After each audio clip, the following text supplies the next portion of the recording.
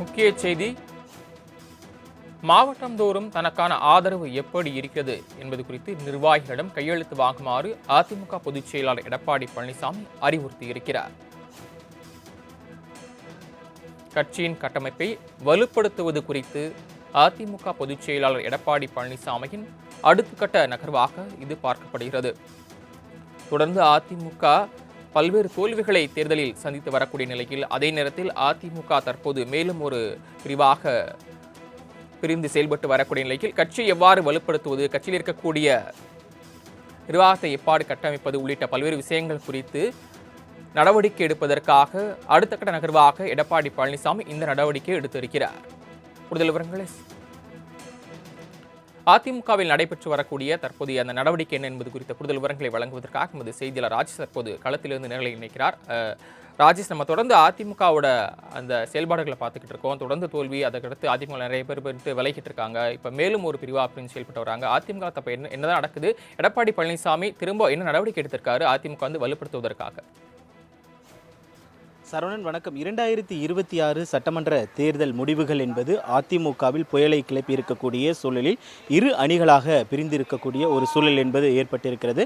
இந்த இரு அணிகளாக பிரிந்திருக்கக்கூடிய சூழ்நிலையில் 25 சட்டமன்ற உறுப்பினர்கள் தமிழக வெற்றி கழகத்திற்கு சட்டமன்றத்தில் ஆதரவு அளித்ததன் காரணமாக 25 சட்டமன்ற உறுப்பினர்கள், அதேபோல 21 மாவட்ட செயலாளர்கள், 24 தலைமை கழக நிர்வாகிகள் என தொடர்ச்சியாக அனைவரையுமே கட்சியின் பொறுப்பிலிருந்து நீக்கியிருக்கிறார் எடப்பாடி பழனிசாமி. இதனைத் தொடர்ந்து இந்த பிரிவினர் எஸ்பி வேலுமணி தரப்பினர் பல்வேறு நடவடிக்கைகளை தொடர்ச்சியாக மேற்கொண்டு வருகிறார்கள். 25 சட்டமன்ற உறுப்பினர்களோடு இன்று மாலை ஆலோசனை நடத்த திட்டமிட்டிருப்பதாக தகவல் வெளியாகி இருக்கிறது. அதே நேரத்தில் பொதுக்குழு உறுப்பினர்கள், செயற்குழு உறுப்பினர்களிடம் கையெழுத்து வாங்கக்கூடிய அந்த நடவடிக்கை என்பது தொடர்ச்சியாக நடைபெற்று வந்த நிலையில் நாளை மறுநாள் அந்த பொதுக்குழு செயற்குழு உறுப்பினர்களிடம் வாங்கப்பட்ட கையெழுத்து அதை எடப்பாடி பழனிசாமியிடம் அளிப்பதற்கான அந்த வாய்ப்புகள் அதிகம் இருப்பதாக கூறப்படுகிறது. அதிமுகவை பொறுத்த வரைக்குமே ஒரு பொதுக்குழு, 2 செயற்குழு கூட்டத்தை அவர்கள் கூட்ட வேண்டும். ஜூன் மாதத்தில் செயற்குழு கூட்டத்தை கூட்ட வேண்டிய கட்டாயத்தில் எடப்பாடி பழனிசாமி இருக்கிறார். அதே போல பொதுக்குழுவை பொறுத்த வரைக்குமே டிசம்பரில் தான் கூட்டப்பட வேண்டும். ஆனால் எஸ்பி வேலுமணி தரப்பினர் என்ன கோரிக்கை வைக்கிறார்கள் என்றால் பொதுக்குழுவை உடனடியாக கூட்ட வேண்டும் என்று அவர்கள் கோரிக்கை வைக்கிறார்கள். தொடர் தோல்வியை சந்தித்து வரக்கூடிய சூழ்நிலையில் தோல்விக்கான காரணங்கள் என்ன என்பது குறித்து விவாதிப்பதற்கான அந்த வாய்ப்புகளை ஏற்படுத்தி தர வேண்டும் என்பது இவர்களுடைய கோரிக்கையாக இருக்கிறது. அதிமுகவினுடைய சட்ட விதிகளை பொறுத்த வரைக்குமே 1/3, அதாவது பெரும்பான்மையாக இருக்கக்கூடிய பொதுக்குழு உறுப்பினர்கள் பொதுக்குழுவை கூட்ட வேண்டும் என்று அவர்கள் தீர்மானித்தால் அது நடக்கும். அது சசிகலா விவகாரத்தில் நடந்திருக்கிறது. ஏற்கனவே பல முன்னுதாரணங்கள் அதிமுகவில் இருக்கிறது. ஏனென்றால் சசிகலா சிறைக்கு சென்ற பிறகு 1/3 மெத்தடில் தான் எடப்பாடி பழனிசாமி, தற்போது இருக்கக்கூடிய பொதுச் செயலாளர் எடப்பாடி பழனிசாமி பொதுக்குழுவை கூட்டினார். பொதுக்குழுவை கூட்டி சசிகலா உள்ளிட்ட அனைவரையும் நீக்கினார். அதே போல தற்பொழுது அதற்கான வாய்ப்புகள் அதிகம் இருப்பதாகவும், அதே போல எஸ்பி வேலுமணி தரப்பினர் தற்பொழுது பொதுக்குழு செயற்குழுவை கூட்ட வேண்டும் என்று கடிதம் அளித்திருப்பதாக தகவல் வெளியாகி இருக்கிறது. குறிப்பாக அந்த கடிதத்தை நாளை மறுநாள் அவர்கள் எடப்பாடி பழனிசாமியிடம் அளிப்பார்கள் என்று எதிர்பார்க்கப்படுகிறது. அதே வேளையில் எடப்பாடி பழனிசாமியை பொறுத்த வரைக்குமே மாவட்டம் தோறும் தனக்கு இருக்கக்கூடிய ஆதரவு என்ன, எந்தெந்த நிர்வாகிகள் தனக்கு ஆதரவாக இருக்கிறார்கள், எத்தனை நிர்வாகிகள் ஆதரவாக இருக்கிறார்கள் என்பதையெல்லாம் குறித்து அவர் கணக்கெடுக்கக்கூடிய அந்த நடவடிக்கைகளில் ஈடுபட்டிருப்பதாக தெரிகிறது. புதிதாக மாவட்ட செயலாளர்கள் நியமிக்கப்பட்டிருக்கிறார்கள். அந்த புதிதாக நியமிக்கப்பட்டிருக்கக்கூடிய மாவட்ட செயலாளர்களுடைய வழிகாட்டுதலின்படி பொதுக்குழு செயற்குழு உறுப்பினர்கள் நியமனம் என்பது நடைபெற இருப்பதாகவும் தகவல் வெளியாகி இருக்கிறது. ஜூன் மாதம் அல்லது ஜூலை மாதத்திற்குள்ளாக அந்த நடவடிக்கைகள் மேற்கொள்ள வேண்டும் என்பது எடப்பாடி பழனிசாமியினுடைய திட்டமட்டமான ஒரு நடவடிக்கையாக இருக்கிறது.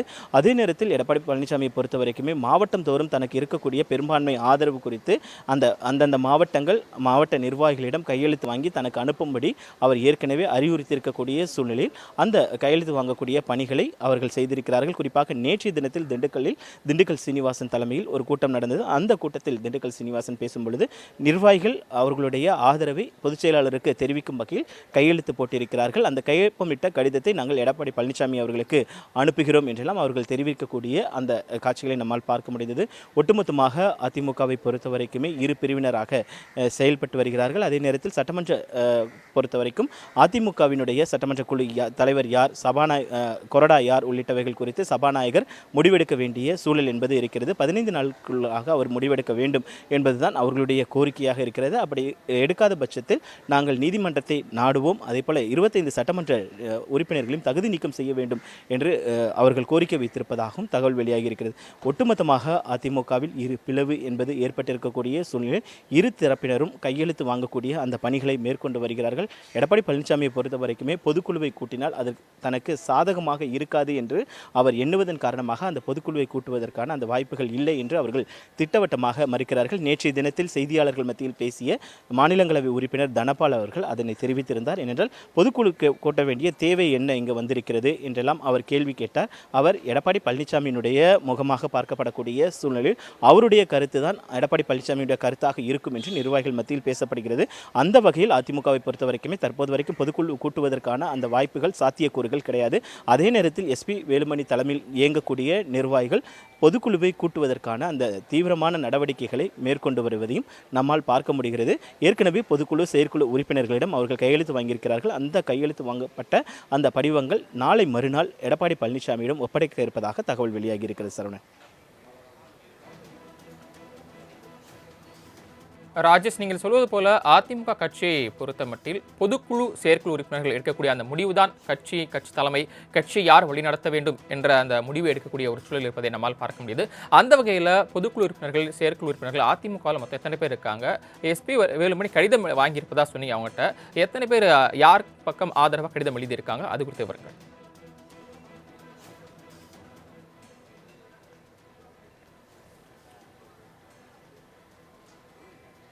சரவணன், அதிமுகவை பொறுத்த வரைக்குமே 3653 பொதுக்குழு உறுப்பினர்கள், 620 செயற்குழு உறுப்பினர்கள் இருக்கிறார்கள்.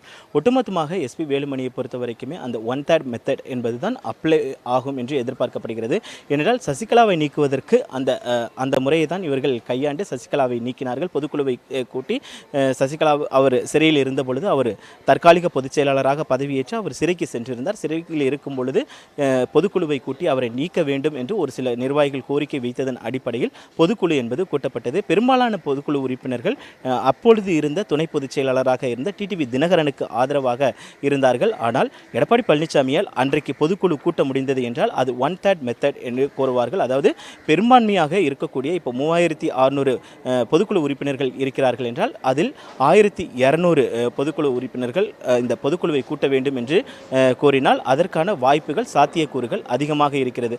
அப்படி இருக்கும் பொழுது ஒரு பிரிவினர் கூறக்கூடிய அந்த பொதுக்குழு கூட்ட வேண்டும் என்று கூறினால் அதற்கான வாய்ப்புகள் இருக்கும் பொழுது அதற்கான பெரும்பான்மையான பொதுக்குழு உறுப்பினர்களுடைய ஆதரவு தங்கள் தரப்புக்கு இருப்பதாக ஏற்கனவே எஸ்பி வேலுமணி அதேபோல சி.வி. சண்முகம் அளித்த பேட்டிகளின் வாயிலாக நம்மால் புரிந்து கொள்ள முடிகிறது.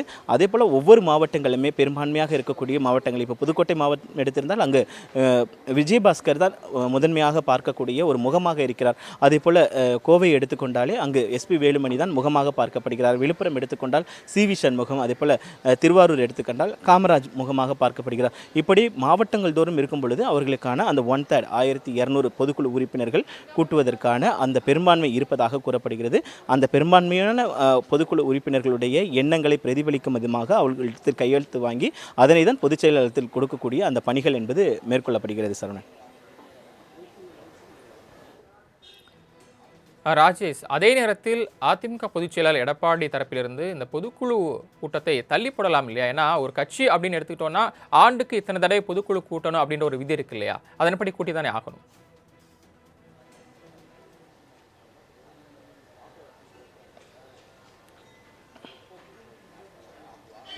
இல்லை சரவணன், அதிமுகவை பொறுத்த வரைக்குமே அவசர பொதுக்குழு செயற்குழு கூட்டத்தை கூட்டுவதற்கான அதிகாரம் என்பது பொதுச் செயலாளருக்கு இருக்கிறது. அதே நேரத்தில் கட்சியினுடைய நிலைமை சரிந்து கொண்டே இருக்கிறது. ஏனென்றால் இன்னைக்கு பொறுத்த வரைக்குமே மூத்த உறுப்பினராக இருக்கக்கூடிய செம்மலை கட்சியிலிருந்து விலகி இருக்கிறார். பல பேர் மாவட்டங்களிலிருந்து விலகி தமிழக வெற்றி கழகத்தில் இணையக்கூடிய அந்த காட்சிகளை நம்மால் பார்க்க முடிகிறது.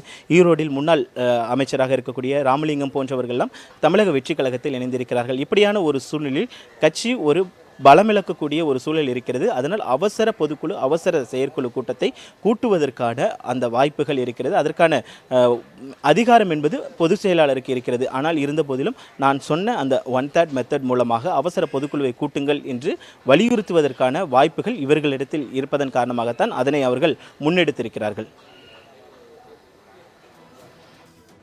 நேரில் வந்து கள விவரங்களை விரிவாக வழங்கியமைக்கு நன்றி ராஜேஷ்.